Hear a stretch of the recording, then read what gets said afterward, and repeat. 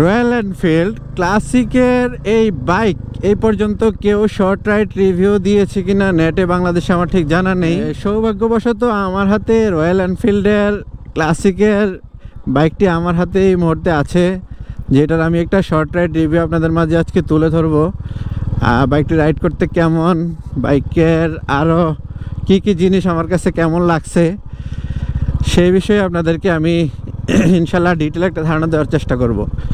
তো welcome to royal Enfield Bangladesh and আসসালামু আলাইকুম, ওয়েলকাম টু মাই ইউটিউব চ্যানেলের ফেসবুক পেজ। আমার হাতে এই মুহূর্তে যে বাইকটি আছে আপনাদের অনেকেরই ক্রাশ বাইক, কিংবা কিছুদিন পরে আপনাদের হাতে হাতে এই বাইকটি আমরা দেখতে পাবো যারা বাইক লাভার। তো অবশ্যই বাইকের ড্যাশবোর্ড দেখে বুঝতে পারছেন এবং বাইকের লোগো দেখে বুঝতেই পারছেন আমি কোন বাইকটা এই মুহূর্তে রাইড করছি।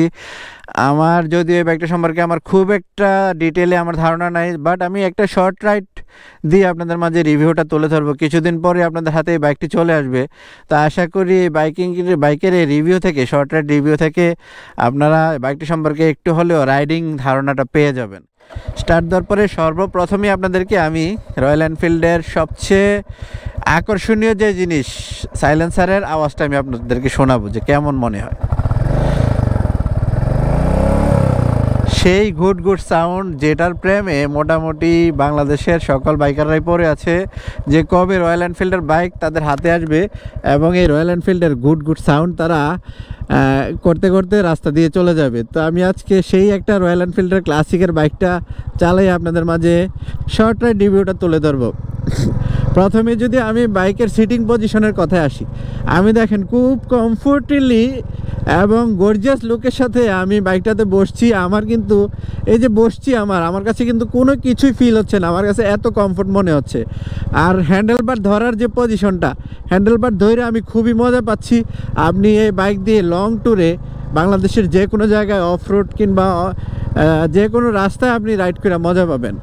এটার একটাই প্রবলেম, আপনারা এটার মাইলেজ নিয়ে একটু আপনারা অনেকেই মাইলেজ নিয়ে অসন্তুষ্ট থাকবেন। এটা শোনা যাচ্ছে যে মাইলেজের কারণে হয়তো রয়্যাল এনফিল্ড বাইক এত জনপ্রিয়তা পাবে না, বাট যারা বাইক লাভার তারা কিন্তু এই মাইলেজের কথা চিন্তা করবে না। বাইকটি থেকে খুব কম যে মাইলেজ পাওয়া যায় বিষয়টা কিন্তু সেরকমও না।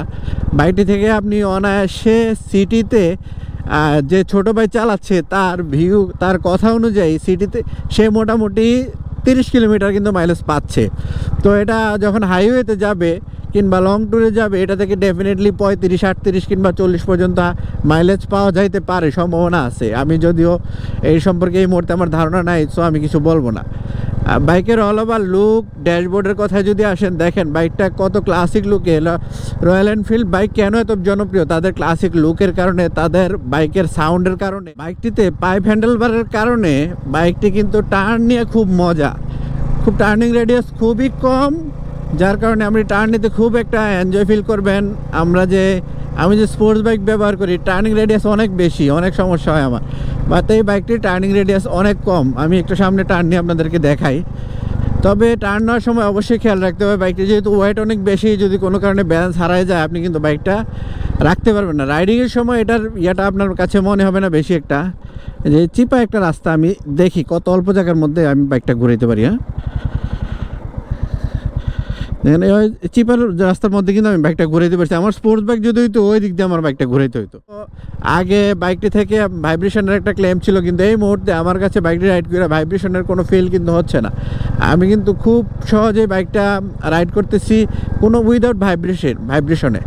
আর বাইকটি থেকে যে ইঞ্জিনের যে পাওয়ার, একটু পাওয়ার দিয়ে দেখবো, একটু জোরে চালায় দেখবো আসলে পাওয়ার দিলে বাইকটি থেকে কোনো ভাইব্রেশন আসে কিনা। আমি এখন বাইকটার পাওয়ার চেক করব, একটু স্পিড দিয়ে দেখবো যে আসলে বাইকটি থেকে আমার এই যে স্পিডোমিটার, দেখেন স্পিডোমিটার দিয়ে খেয়াল রাখেন যে আমি টান দিলাম বাইকের পাওয়ার কেমন ওঠে।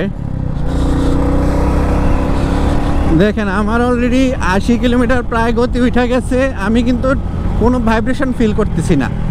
আর আমি যদি এটার হ্যান্ডেলবার ছেড়ে দিয়ে আমি এটার ব্যালেন্সটা দেখাই আপনাদেরকে, কঠিন ব্যালেন্স, কিন্তু কঠিন কোনো ব্যালেন্স রাখতে আমার কোনো প্রবলেম হচ্ছে না।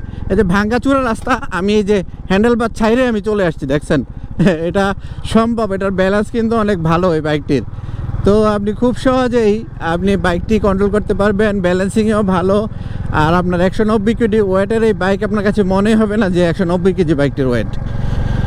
তো আরও কিছু শর্টকাট কথা বলে আমি ভিডিওটা শেষ করতে চাচ্ছি।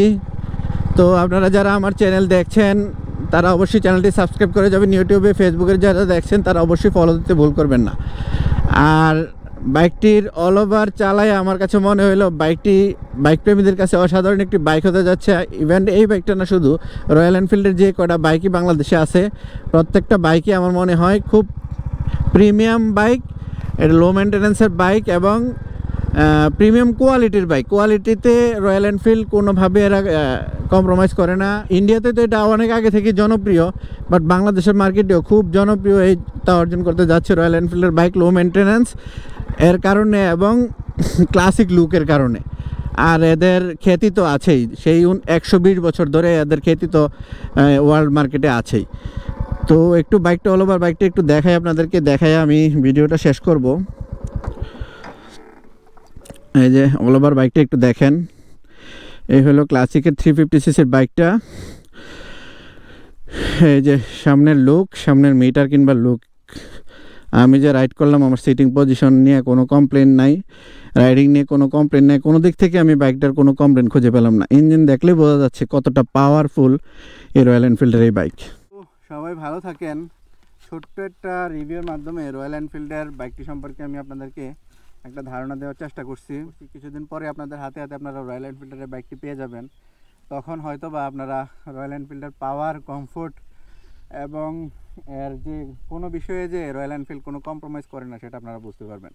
মাইলেজের দিক দিয়ে একটু হয়তো বা অনেকের কমপ্লেন থাকতে পারে, বাট রাইডিং স্যাটিসফ্যাকশন থেকে আমার মনে হয় সেই কমপ্লেনটা আর কারো থাকবে না আর কি।